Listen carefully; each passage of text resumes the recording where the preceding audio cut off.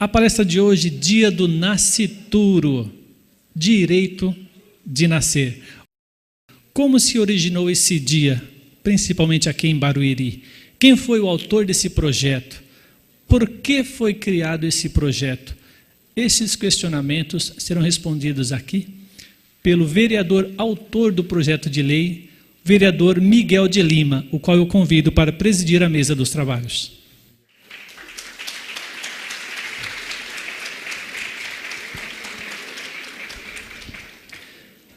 Qual a visão da igreja sobre esse tema? Quais os projetos da igreja em relação ao nascituro?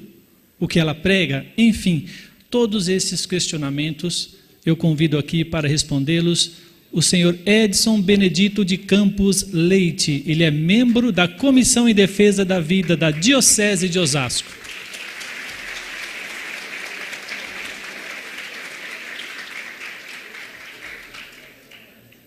Quais os direitos garantidos por lei ao nascituro? O que a nossa Constituição preserva para esse nascituro? Para falar sobre esses direitos civis, eu convido o vice-presidente da OAB de Barueri, Dr. Maicel Tito.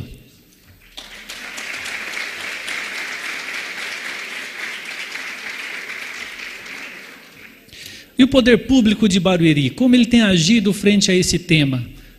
Quais os planos, projetos e programas do município de Barueri frente a essa situação? Para isso eu convido aqui o secretário municipal de saúde de Barueri, Dr. Antônio Carlos Marques, acompanhado de sua esposa e diretora do Pronto-Socorro Infantil de Barueri, doutora Cláudia Marques.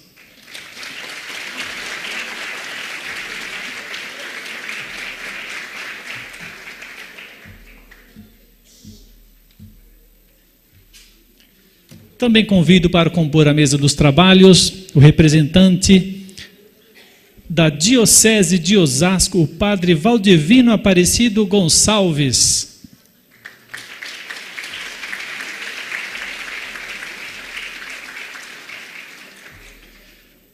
Também convido para compor a mesa o vereador vice-presidente da Câmara de Barueri, Carlinhos do Açougue.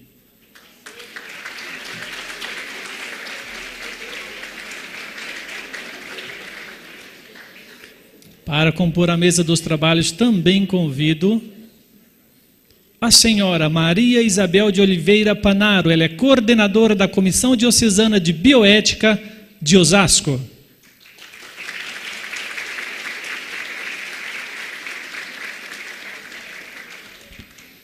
Também convido o excelentíssimo senhor vereador de Barueri, Celso Calegari.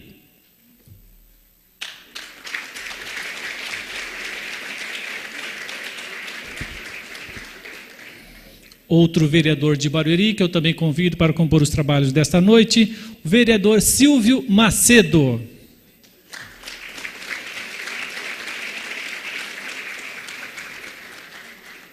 O representante da Polícia Militar de Barueri sempre está conosco nos nossos eventos.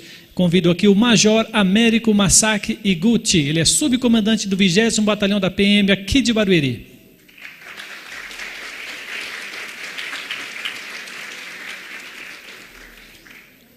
E da Polícia Civil eu convido a doutora Priscila Camilo Linhares, ela que é delegada da seccional de Carapicuíba.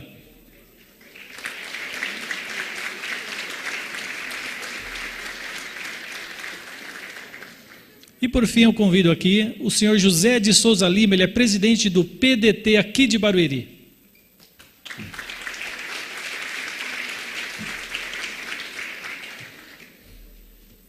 Antes de passar a palavra ao presidente da mesa, também gostaria de convidar aqui à mesa do nosso trabalho a senhora Roselaine Soares, ela é conselheira tutelar aqui de Barueri.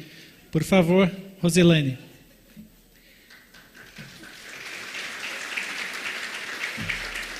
E agradecer a presença aqui do senhor Silvio Sarna, ele é secretário do PDT de Barueri, da senhora Ana Maria de Carvalho, ele é diretora de gestão pedagógica da FIEB, o senhor José Juarez, ele é investigador aqui da seccional de Carapicuíba, senhora Simone Stefano, ele é presidente da comissão de eventos da OAB de Barueri, Muito obrigado pela presença.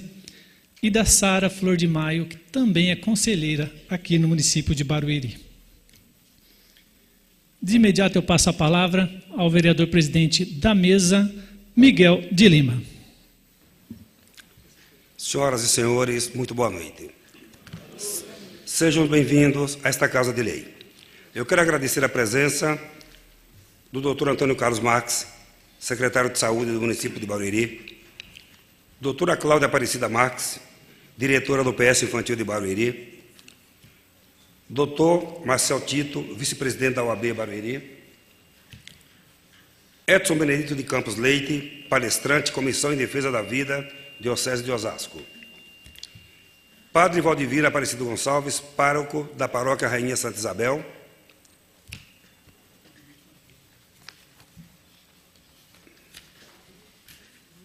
e gostaria, antes de iniciar a palestra, fazer um breve relato a respeito do evento de hoje.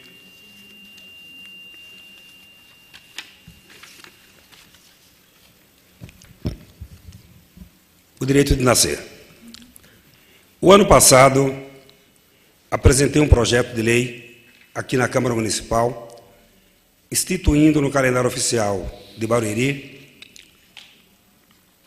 o Dia do Nascituro. Esse projeto de lei foi aprovado por todos os vereadores, mas por questões políticas foi vetado pelo prefeito anterior.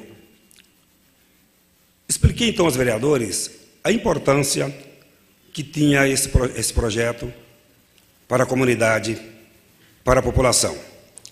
Os vereadores, então, num gesto nobre, derrubaram o veto do prefeito e hoje o Dia do Nascituro é lei em Barueri. Na justificativa do meu projeto, eu dizia que o nascituro, doutor Marcel, já tinha direitos previstos na lei, em leis no Brasil, como, por exemplo, o direito de receber doação, o direito de ser adotado, o direito de receber herança e, o que eu considero mais importante, o direito de nascer, artigo 7º do Estatuto da Criança e do Adolescente. Como cristão, temos o dever de defender a vida, nem que esta luta seja árdua e onerosa. Num mundo globalizado como o atual e altamente capitalizado, é comum vermos pessoas que colocam o dinheiro e o poder financeiro acima de tudo, às vezes até acima de Deus.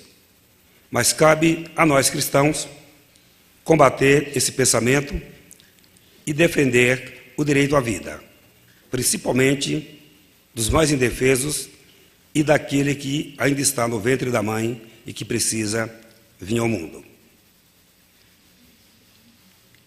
Quero agradecer a presença de todos vocês aqui presentes. Vocês demonstram, ao comparecer a um evento importante como esse, que estão realmente preocupados com o direito à vida. Vida, aliás, que só Deus tem o direito de dar e de tirar. Gostaria de agradecer, mais uma vez, ao professor Agnério por ter enviado os alunos do ITB, do Jardim Mutinga e também do Imperial, assim bem como aos alunos do CAMP. Queridos alunos, prestem bem atenção no que será dito aqui hoje a respeito do direito de nascer e do nascituro. Coloquem em prática tudo o que aqui for dito e sejam multiplicadores dessa boa nova. Comunguem sempre essa frase: sim à vida, não ao aborto. Tenham todos uma boa palestra.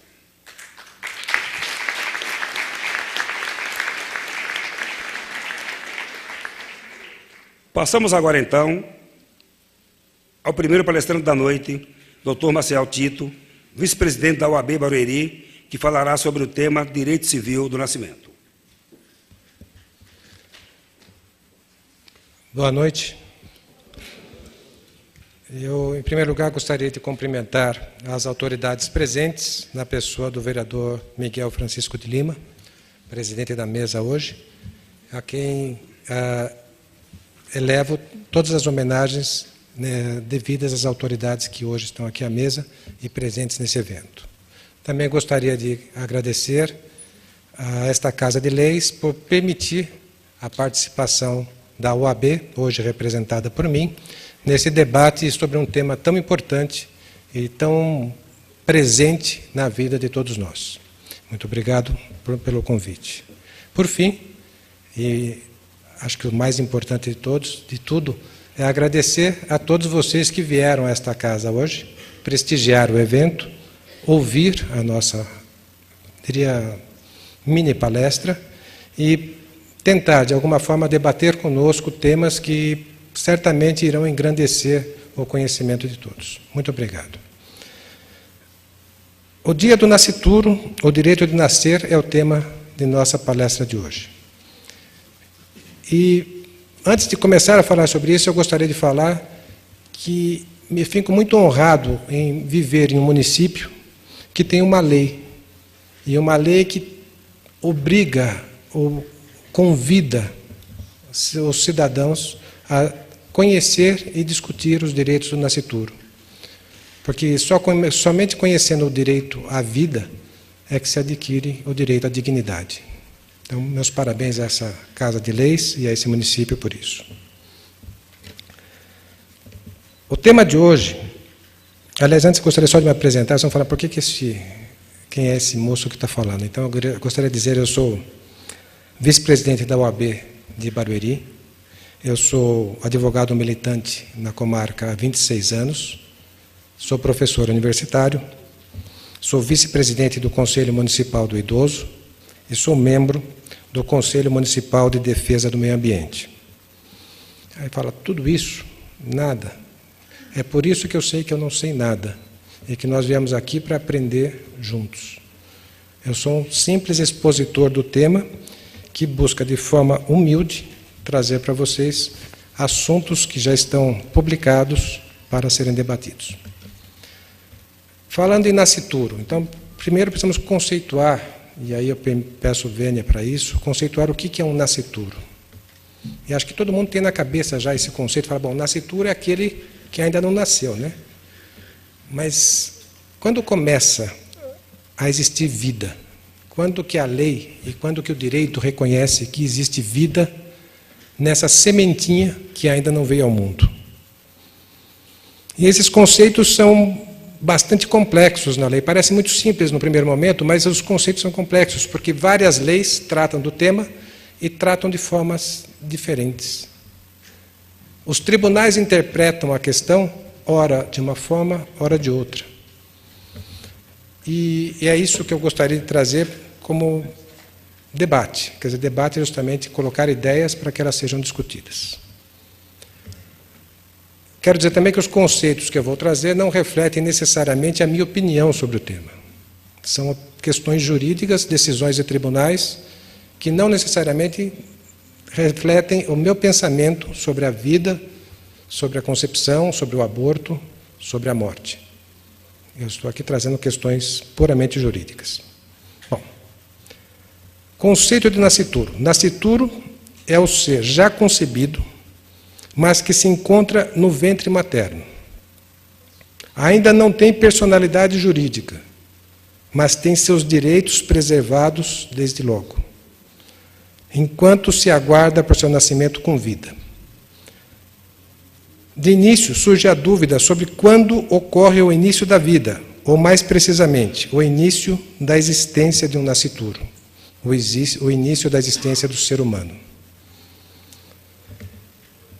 A teoria concepcionista acredita que a vida teria início na concepção, que, em termos geralmente aceitos, ocorre quando o óvulo da mulher e o espermatozoide se encontram e se fecundam. Então, o óvulo é fecundado pelo espermatozoide. Esse seria o momento, pela teoria concepcionista, que iniciaria a vida. Porém, existem outras teorias. A teoria da nitidação ou da implantação, ela pressupõe que a vida não começa no encontro do espermatozoide com o óvulo, na fecundação do óvulo, mas sim no momento seguinte, ou seja, naquele período que varia, de acordo com os médicos, de 6 a 8 ou a 15 dias, em que esse óvulo seria recepcionado pelo útero feminino, e nele se implantaria e criaria ramificações que permitiriam a ele se alimentar e se desenvolver como um ser humano viável. Parece tudo simples. Vamos um pouco mais adiante.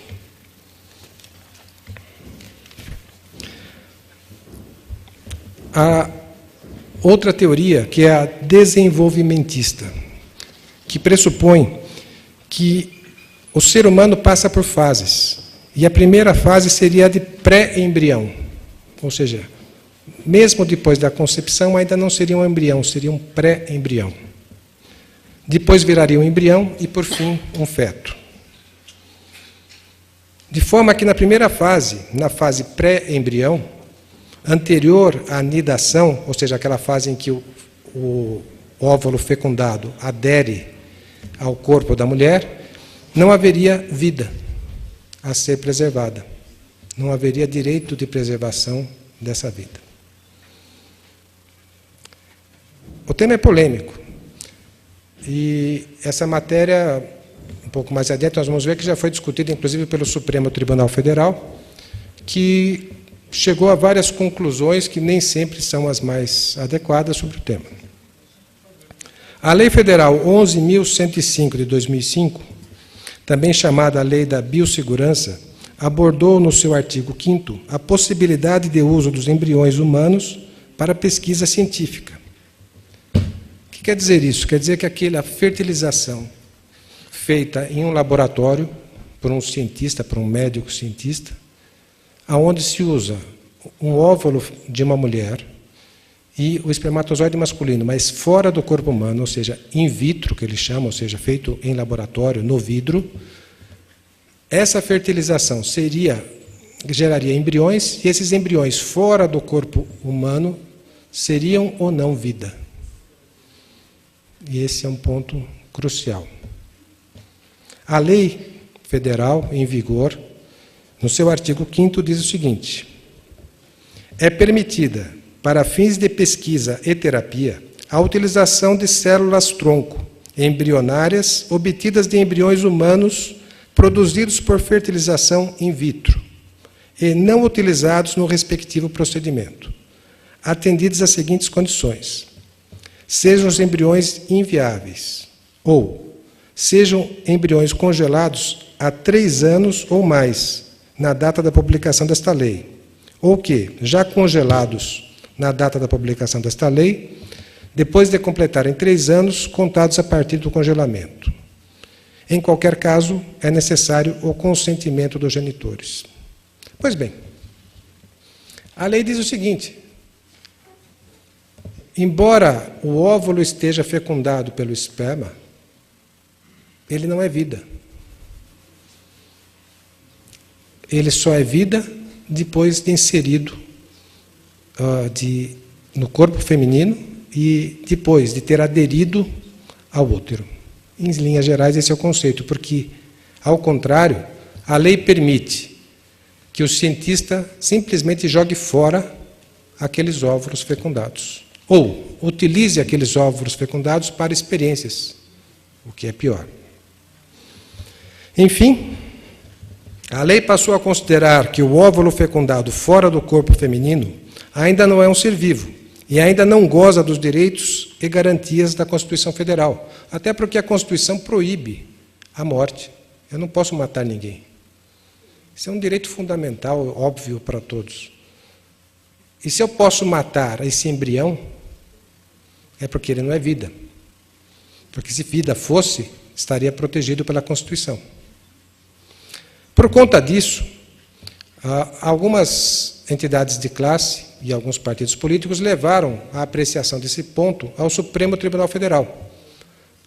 No que a gente chama de ADIM, você já vê isso na televisão, mas Só para trocar em miúdos, uma ADIM é uma ação direta de inconstitucionalidade, ou seja, as pessoas levam ao Supremo Tribunal Federal, que é a última corte do país, a discussão sobre a constitucionalidade, ou seja, se aquela lei está atendendo ao que a Constituição determina. Isso é uma ação direta de inconstitucionalidade, ou seja, se leva ao Supremo Tribunal Federal a questão, essa lei é constitucional ou essa lei é inconstitucional. No caso específico, a ação é declaratória de inconstitucionalidade, dizendo que, por violar o direito à vida, que é uma cláusula pétrea da Constituição Federal, não poderia essa lei entrar em vigor porque ela seria inconstitucional.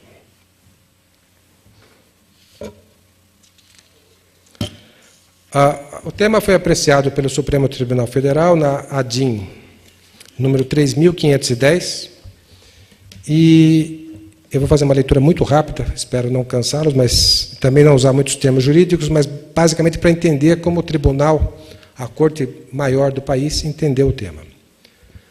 Diz aqui, constitucionalidade da lei de biossegurança. As células-tronco embrionárias são células contidas no agrupamento de outras, encontradistas em cada embrião humano, de até 14 dias.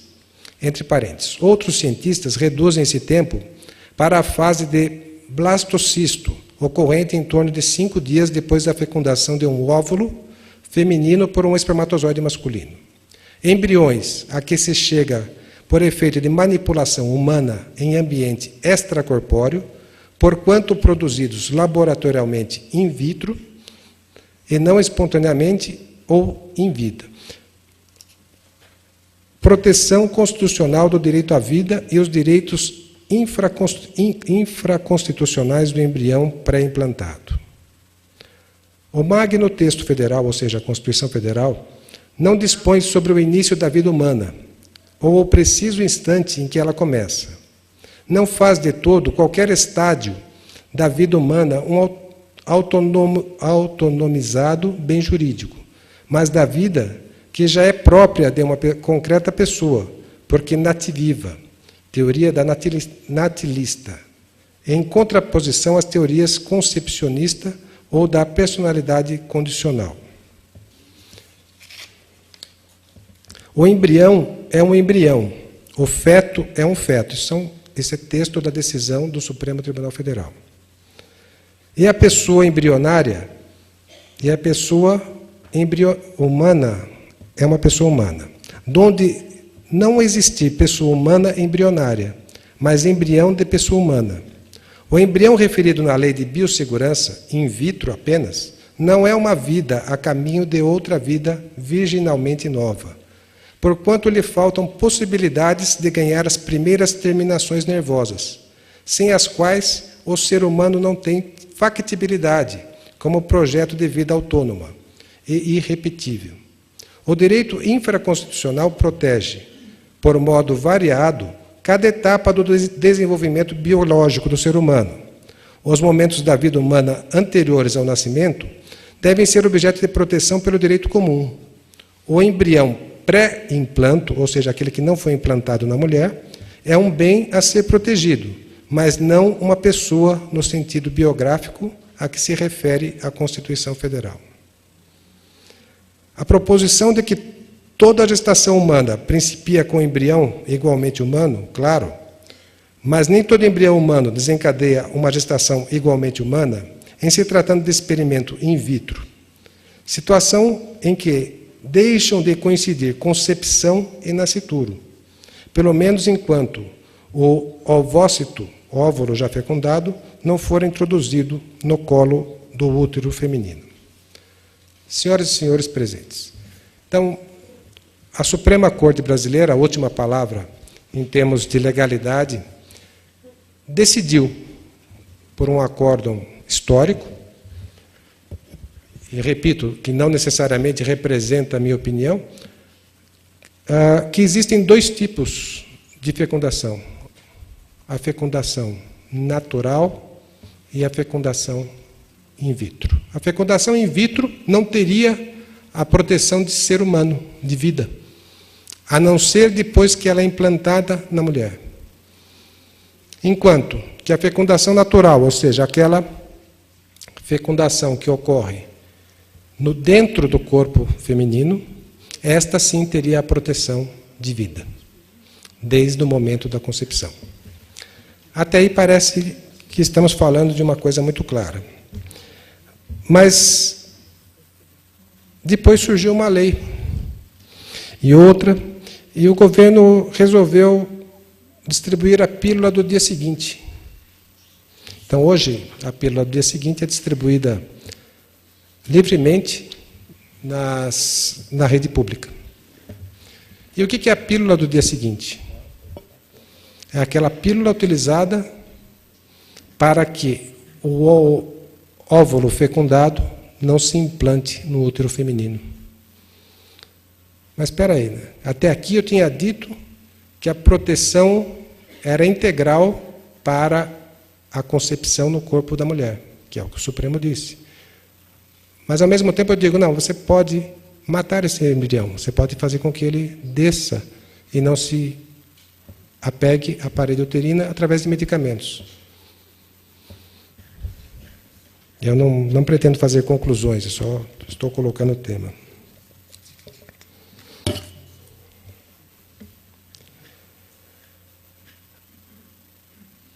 A lei prevê que o nascitúrio tem direito à herança, tem direito a alimentos, tem direito a ver defendida a sua honra e sua integridade. Se eu, hoje, tivesse relações com a minha esposa e